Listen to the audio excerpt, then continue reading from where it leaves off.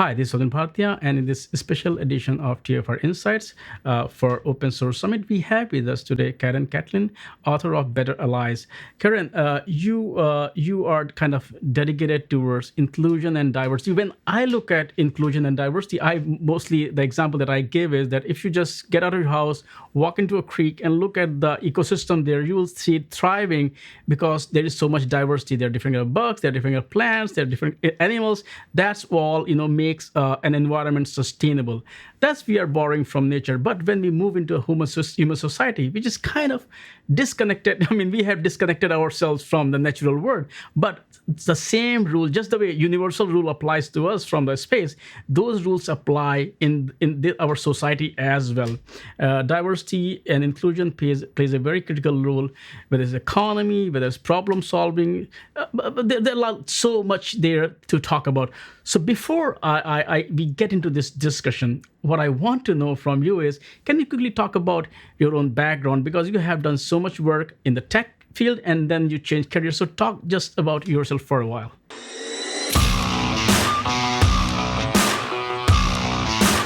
Sure, thank you. So I spent about 25 years working in tech. I was a programmer writing code for a living a long time ago. And over time, I moved into leadership roles. And most recently, I was a vice president of engineering at Adobe. And during that time working in tech, I actually saw a decline happening in gender diversity. There used to be a lot more women here in the States getting their computer science degrees, entering tech. And it did decline over the 25 years. So while I was still at Adobe, as the most senior woman on the engineering team, I felt a sense of responsibility to be looking out for women across the company. So I started our women's employee resource group. I started mentoring a lot of women. I started a speaker series for women. I started being an advocate for women across the company. And I loved doing that so much that it kind of became more something I wanted to do all the time and do it not just at Adobe. So about 7 years ago, I decided to create my own business as a leadership coach, and a leadership coach who would focus on women who are working in tech to help them grow their careers and stay in tech if that's where they wanted to be. Yet I have to tell you, I soon realized I had a problem.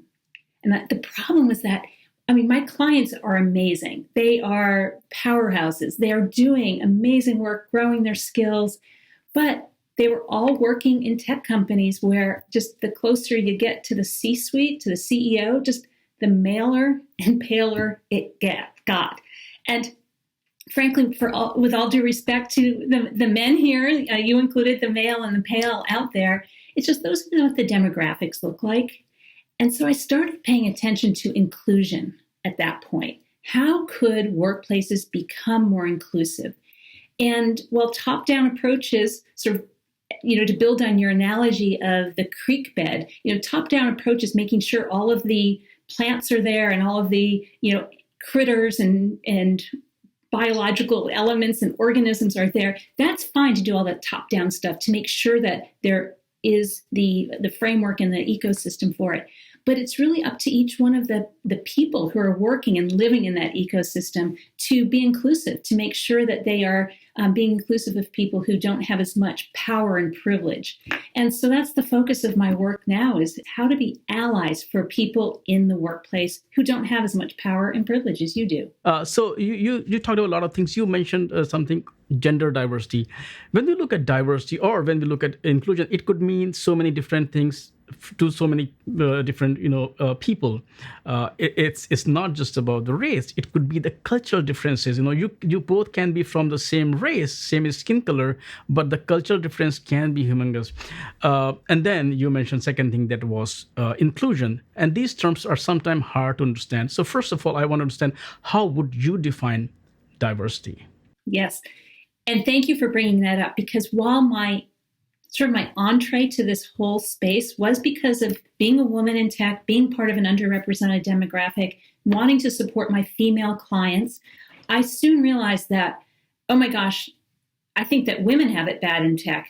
it can be even more challenging to people with different races, ethnicities, people from other cultures coming here as immigrants into the States and to work in tech, people from different sexual orientations, different abilities, different ages, and so forth. I mean, it's different educational backgrounds too. There's so many ways to look at diversity, and it's of course not just by gender. So thank you for bringing that up. So when I think about diversity, I think about bringing people from all sorts of different backgrounds, life experiences, races, ethnicities, religious backgrounds, beliefs. You know, it's just like the list goes on. You name it, it should be part of this. So a good example would be if we just look at kind of cultural or geographical diversity, like the Italians, the way they look at problem, the way they have the lifestyle, it could be more laid back versus Germans who are very particular about their focus about the process, not about the results immediately. If you look at Americans, they're more focused on,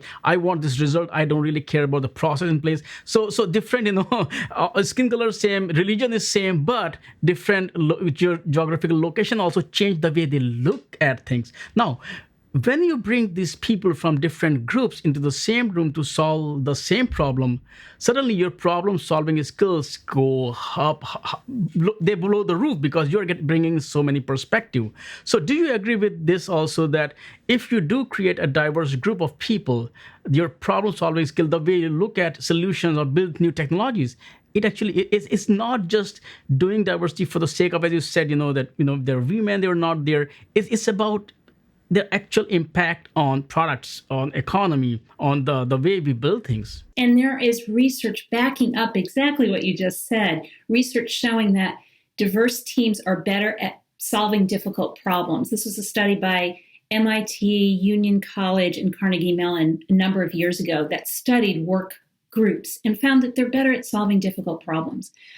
There's also, and I love this, especially because in tech we care so much about innovation, there are studies done on patent portfolios. And if you look at patents, the ones that are highly cited by other patents, which means they are significant to their field, they represent some significant innovation. When the patent is highly cited, there's a better chance in software and hardware that it was created by a diverse team. So if you want to have these highly cited patents, which means you want to have all this innovation happening, you probably want to have a diverse team creating it. And while I like your approach, I want to say I love your thought around, we can all have the same color skin, but come from different cultural backgrounds, for example, and that brings diversity. Yes. And I think we shouldn't use that as a cop-out almost of like, I've done enough because I have people from 3 different countries on my team, even though they might all have the same skin and all be the same gender and all be the same sexual orientation and all have gone to this premier university and I'll be straight. And like you can't use that as an excuse. It really is something that you want to be. Yes, it's good to have people from different cultures who grew up in different countries. And that is one layer of diversity. You really should be striving for having a lot more. Yeah, the reason I said, sometimes when people say that diversity means that they should look different, they should be from different skin color, different, countries, different. That is not true. So because that's when actually the problem happened, then they think that that's what diversity can be. If you break it down, it could mean a lot of different things, So it's basically about the reason we care about diversity is that because of the cultural differences, geographical differences, ethnic differences, the way we look at things is different. And that is what is actually matters. That's bring me to the second point, that is inclusion. Because unless and until you are empathetic towards the other person, you have not put yourself into the shoes of the person, you don't really know how that person thinks or feel. So if and let's go back to the business. If you're building solutions that are going to cater to a global audience, if you don't even know the audience in, let's say, China or India or Africa or Central America, how they think, your solution will not work for them. Because they are designed just for the developer who wrote that. So you have to have that, but you cannot have it without having them in your group, without having a policy of inclusion as well. So diversity alone is not sufficient. So can you talk about the importance of inclusion when we talk about diversity? Yes, yes. And I like to think of inclusion is how people feel when they show up to work every day. They are feeling included. They are feeling a part of the conversation. They are being invited to significant meetings where, to quote Hamilton, it's like they're in the room where it's happening. Like it's there. They feel that they are welcome. They're part of the fabric of what's going on. And frankly, they can do their best work and thrive. So it isn't just making sure that you've got these people that you're hiring who are from all sorts of different backgrounds. It's making sure that when they show up, they feel very comfortable, welcome, as I said, respected, and supported to do their best work. That's what we all want, right? But how to achieve that? Because no matter how good your intentions are, you really do not, like, for example, I'm a male, right? Before I got married, and then I got kids, and then I saw my wife taking care of them, breastfeeding, all those things. Small thing matter. When we traveled, a small thing were like suddenly critical. Before that, I was not aware of that, but now I was aware of that. So now when I go there, I am like kind of, I don't know what is the right word, but I think empathy is the correct word. But I can feel it, what it actually means to be. It's instead of saying, yeah, I think that is a poor guy, he needs some money. But if you have been broken, then you will know how it actually what it actually means.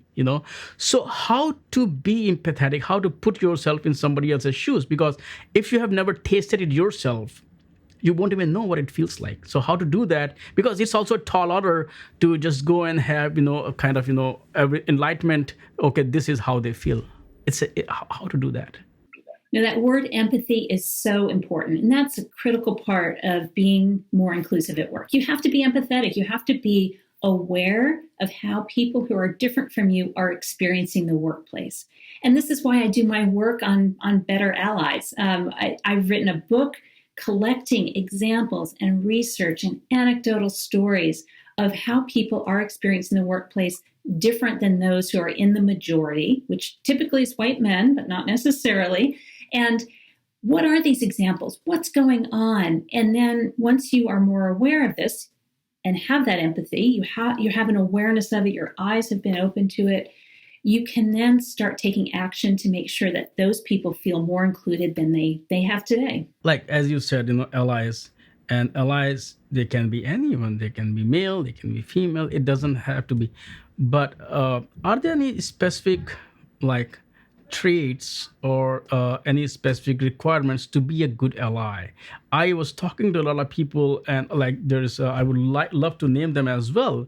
Dirk Honda from VMware, and he said, the way I kind of do the kind of my role, whenever it's possible, is that whenever I go to conferences and their hallway track, when you go and hang out with people, he said he always makes a conscious decision to go and hang out with a person of color. Because then what happens is his colleagues will come and go there and stand with them instead of going and standing with your white male colleagues. Even if you don't know that person, he will just go out and talk to them.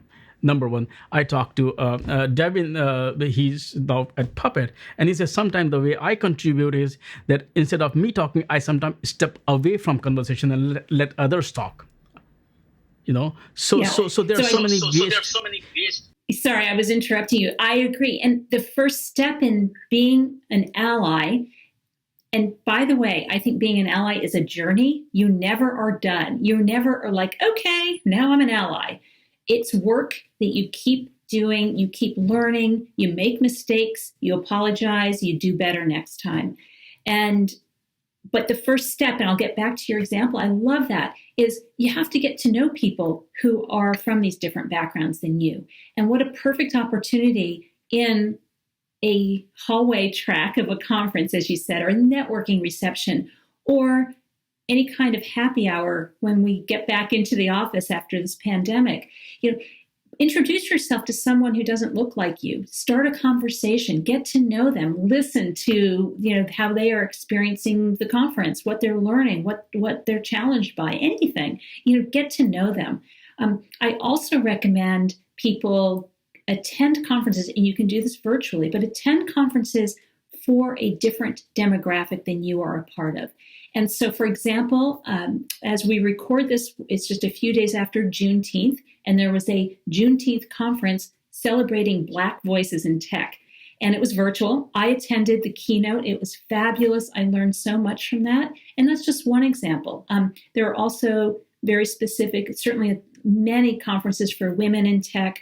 There are conferences for lesbians in tech. There are many of these conferences. And so consider going to one to, again, as you said, just step back and listen to what the conversation's about. And if you're ever thinking, well, I don't think I'd belong there because I'm not part of that demographic, just ask. So many are open to allies, open to supporters, open to people who want to learn about this. So you can always ask or check the website. When it comes to allies and diverse inclusion, this is a very critical aspect. Especially you mentioned the Black Lives Matter movement. Is that there are always a lot of forces who oppose that. It could be a lot of reasons. Could be like they're not informed very well, or they have that kind of opinion. How to handle those trolls? There are so many ways to do that. You can fight back. It may feed the troll. I get a lot of, and this is I'm sharing publicly. Every time I publish an interview like that, I get so much pushback. So initially I would go back and comment, but I stopped that. Now the way I push back is I do more interviews like that. So how to handle that? It's just an advice for a lot of people who are good allies, but they feel a lot of pushback. I have a couple of approaches that I use for my just the way I operate and my own sanity as I try to navigate all of this too, because I get pushback at times. Is I can ignore comments that I just don't want to engage on. So I think ignoring comments is fine if you have public things that you are sharing. The other thing I do is realize that, there are going to be, I'm making up this number, 10%, 15% of the people I will never be able to convince. And I'm not trying to do that. I am trying to help the people who really care about this. They want to be good employees. They want to be good coworkers. They want to be good managers. I'm trying to reach them and give them the tools they can use. And by doing that, I hope that I can then influence cultures within teams in places that I don't, have no other contact with. I hope that I'm reaching some of the, the alphas in the room and encouraging them to be better allies and to show up and do things like the example of going up to someone, a person of color, if you're a white person at a conference, and making that very acceptable socially. Or it could be being the person and setting a new trend for your culture in terms of being more inclusive in meetings and not letting people interrupt each other and saying, hang on a second, I'd like to hear Sue finish her thought. Having that be sort of demonstrated and modeled. And if the alphas in any work group start acting this way, it's going to have a nice trickle effect. So that's another thing I really focus on too, is I'm not trying to convince everyone. The haters are going to hate. Right. And that's fine. They can be stuck in the Stone Ages. You did give some good examples how to be good allies. But at the same time, you can be whoever you want to be, right? If you feel like you can be a good ally, how to motivate your team members to become good allies? Because you have control over yourself.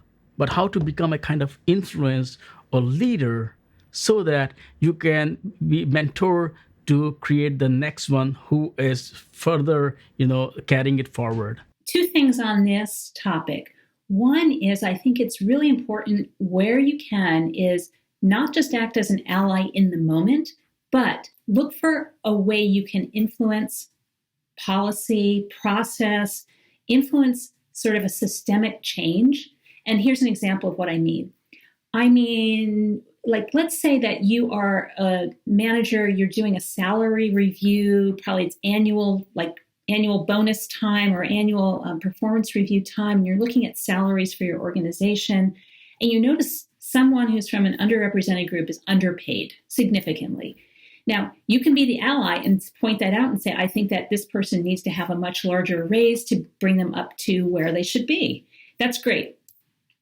You should also, though, look for the systemic opportunity to change. The systemic change would be instituting something in the whole hiring process that would make sure that everyone coming on board is going to be paid equitably from the time they start so that you don't get the big variations. That would be something that is more systemic, more having a larger influence without you having to personally teach everyone how to look out for this stuff every time. So that's one thing I want to say. The other point I want to say about encouraging and influencing other people is, having discussions about this. This can be something that you do in one-on-ones with people, making it a part of a stand-up where you're talking about how important inclusion is and what you personally are doing about this.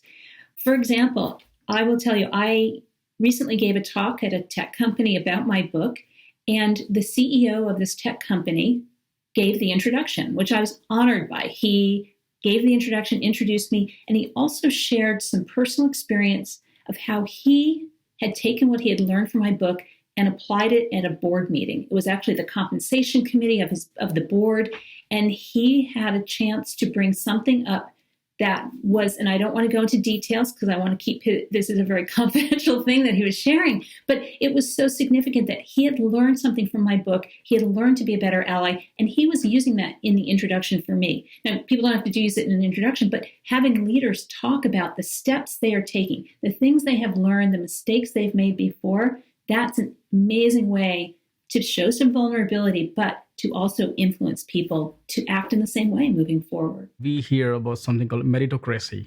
If you're good, you will rise. It doesn't matter. And then sometimes they also argue, just for the sake of diversity, you're getting a person which may not be as qualified as someone else just because of the diverse background. So, what are your thoughts about that? Because meritocracy literally means that if you're good enough, you will rise up.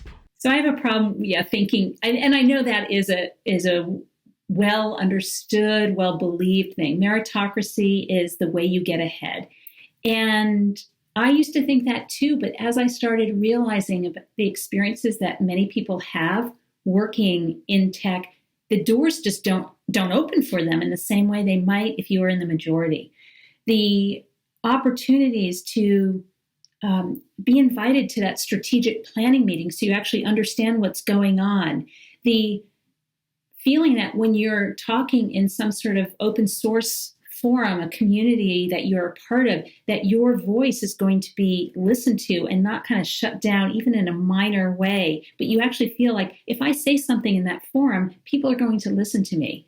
And over time, all of that starts building in terms of your credibility, your power, your reputation. And you can be saying the best things, but if people aren't listening and don't include you in the conversations, it's not a meritocracy at that point, right? That you're not getting ahead, even though you have everything that you need to be successful. You're doing good work. People are going to potentially ignore it, not invite you to the room where it's happening. I keep coming back to that. My problem with meritocracy is that it actually doesn't work, because to have, just like democracy, to have a very good meritocracy, you the first two rules are it should be diverse and inclusive, because you will rise only and only when you are at your best, and you cannot be at your best when you're dealing with a lot of issues where, let's say, you're a woman, right? And a lot of conversation, when you hang out with male, they are having all those. I mean, I'm a male. Sometimes guys just have those jokes, whatever kind of joke. I don't want to use a specific word, but that may make a lot of people uncomfortable. So you will not hang out with that group. Now, since you're not hanging out with a group, so you don't have the same chemistry that you need to either lead the team or become the part of the team. So if I have already cut your involvement with the team, no matter how good you are, you're never going to rise up. So meritocracy itself is actually for a very good meritocracy, you need to have diversity and inclusion as the requirement. That's the only way meritocracy will work. Otherwise, it won't.